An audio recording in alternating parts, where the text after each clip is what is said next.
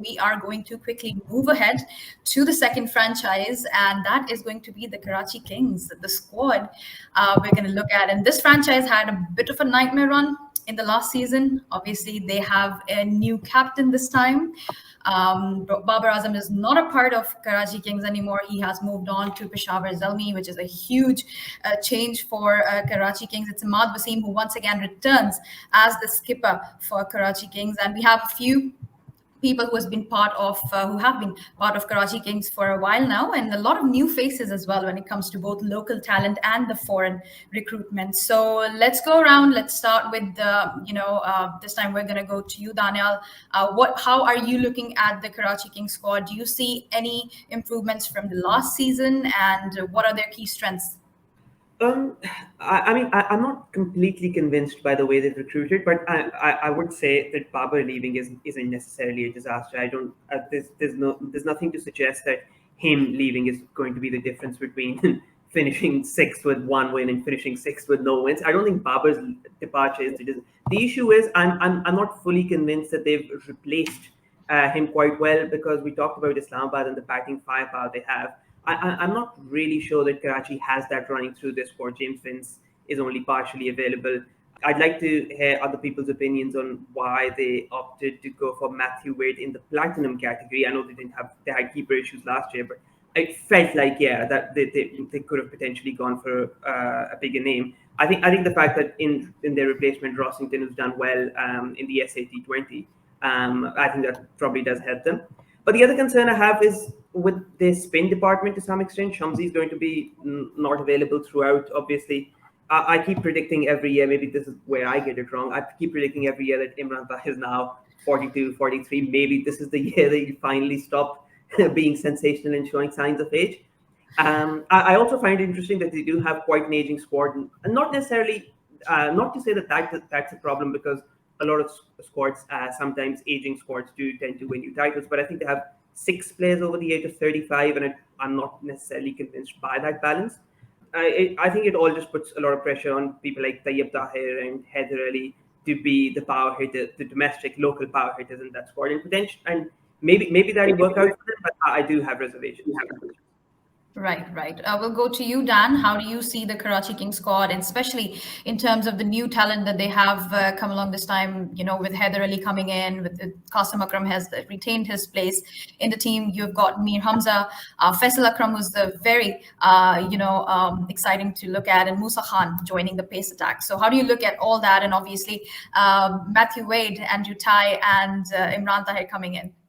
Yeah. So first of all, we'll go back to the comment about Matthew Wade, and I think that I was part of a recruitment team that actually picked him as a top pick in the 100 as well. So I kind of got some kind of experience of why you might pick Matthew Wade as a high value pick.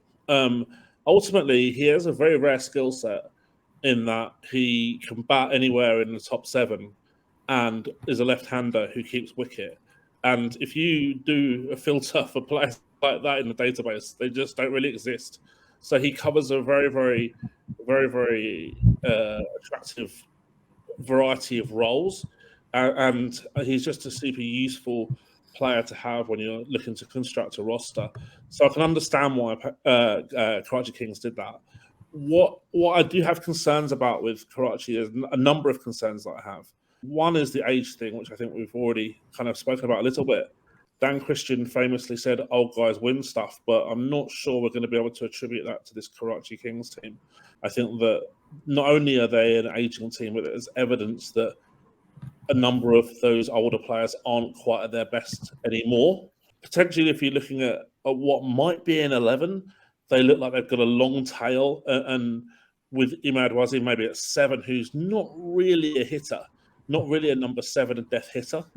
That could be another issue as well. And I think that ultimately it's their domestic recruitment that's caused a lot of the problems for them. I'm not too worried either about them losing Babar Azam, but I just don't think I look at their domestic group compared to say Islamabad's, and I think I'm not inspired whatsoever. And with the exception of Mohammed Amir, domestically, you're looking at struggle to find death bowlers for them as well. So they're going to have to look at picking, say, AJ Ty to cover death overs with Mohamed Amir, and Mohamed Amir's death bowling numbers are getting worse as well. So death bowling could be a real concern for Karachi Kings as well. Right. I'll come to you, Ali Tareen. Obviously, we'd want to know what your playing 11 would be when it comes to the Karachi squad. But I also want to know about the local talent that Dan talked about. Like, is it inspiring enough? Is it exciting enough? How are you looking at the domestic players for Karachi this time? So as always, it's a struggle making the 11 for Karachi. This is something even in the draft I was very confused about. I was confused last year. This year I'm more confused. So I think that what earlier mentioned that Matthew Wade being picked as the platinum player. Obviously, he's a great player. No doubt he's a platinum player. The confusion is if you're picking so the platinum player is your best player, right? So ideally in any T20, Dan will know this, and obviously I'm sure he does this. You want your best batter to get the most balls. So that's why usually your platinum player plays in the top 3 or maybe 4. If in the lineup that I feel they're likely to play with Sharjeel opening, Vince or his replacement opening with him, then at 3 we have Heather Ali, who's their only local platinum player.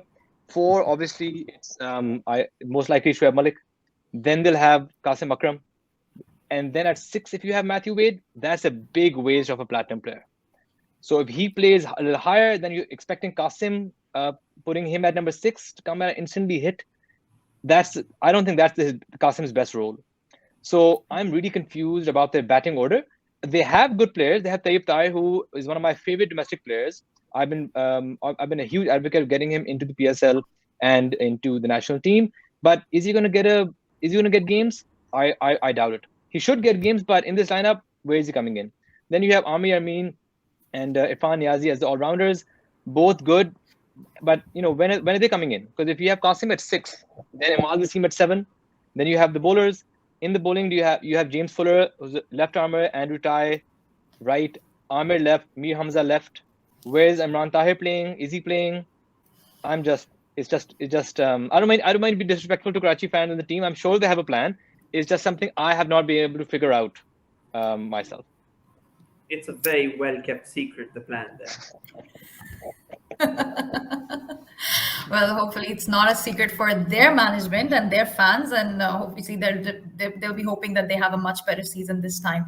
So I'll come to you, Ali Khan. What are your thoughts on the whole Karachi squad and obviously the Matthew Wade question as well? Yeah, I think the comments on Matthew Wade are well taken. I disagree a little bit with Dan, where I think Matthew is as dynamic as he can be. Should you be picking a player like that and then batting him at number 6 or number 7? What is the value of that, right?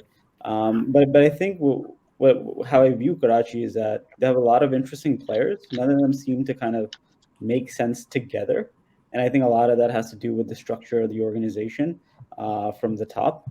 There's a lot of different people making decisions in that organization. At least that's what it seems from the outside.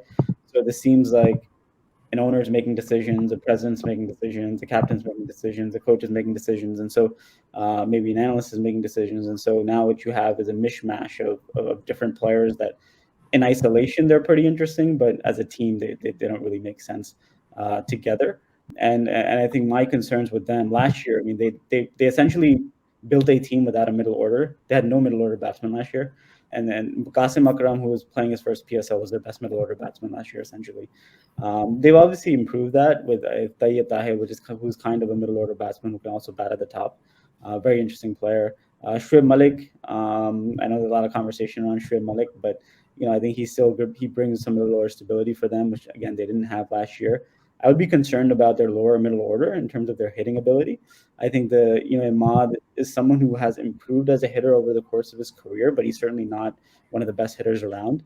And then the bowling depth is really weak. Ahmed is not the Ahmed of at his peak, and I think behind him they haven't really solved that issue.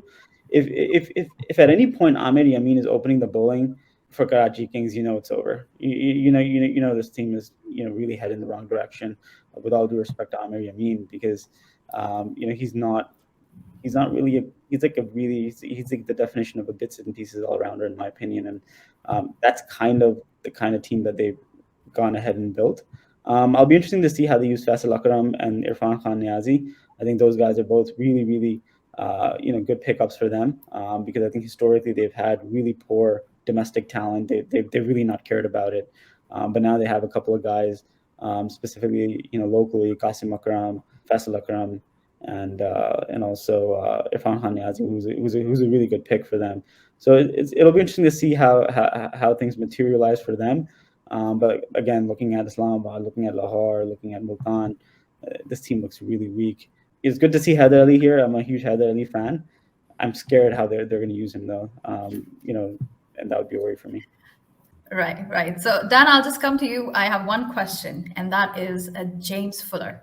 What's his role in the team? Do you see him making that playing 11, and how do you see him contributing towards the squad? I actually am increasingly a fan of James Fuller. What I've noticed since he's moved to Hampshire and working with a different bowling coach, he's put 5 kph on, looks a lot sharper with the ball, and his hitting has always been good. Actually, though, this season, if you look at the Blast 100, his boundary percentage isn't that great, but his 6 percentage is very, very high, and the ratio of 6s hits to 4s, for example, is excellent. So he's hitting a lot of his boundaries are going for 6s rather than 4s, basically. So he's got the power. His bowling has, as I say, markedly improved. But I think the biggest challenge for James Fuller is where he fits into this team in terms of the overseas combos. It's going to be quite difficult, I think, for him to get in as one of the 4 on a regular basis. I think that's a shame, because I think that he balances up this Karachi team better than they can have without him. You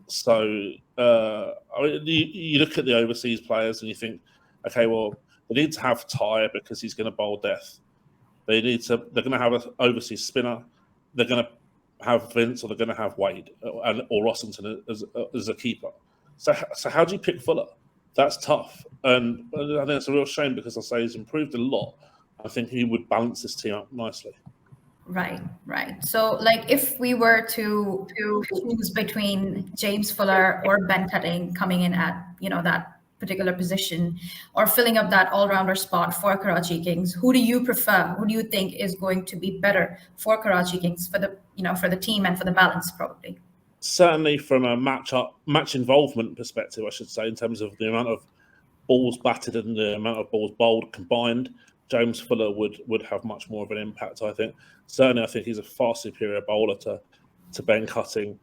Cutting probably has a slightly higher ceiling as a hitter, but we haven't really seen it a lot. And, he's an aging player as well, and perhaps not showing quite his best anymore.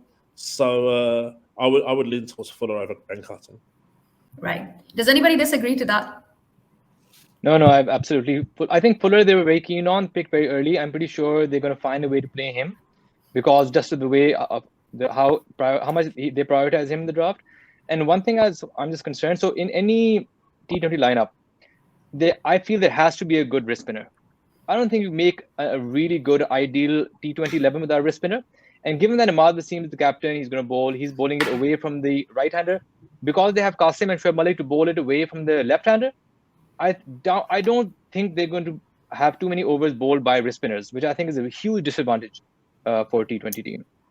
To add to that point, this is one of those teams where you have a few of those wrist spinners. Well, Faisal Akram is a Chinaman, and then Imran Tahir is a wrist spinner. But then again, to Ali's point, we don't know exactly how they'll fit into the 11, given that Imad's also playing, and then Qasim and Shoaib Malik will be around.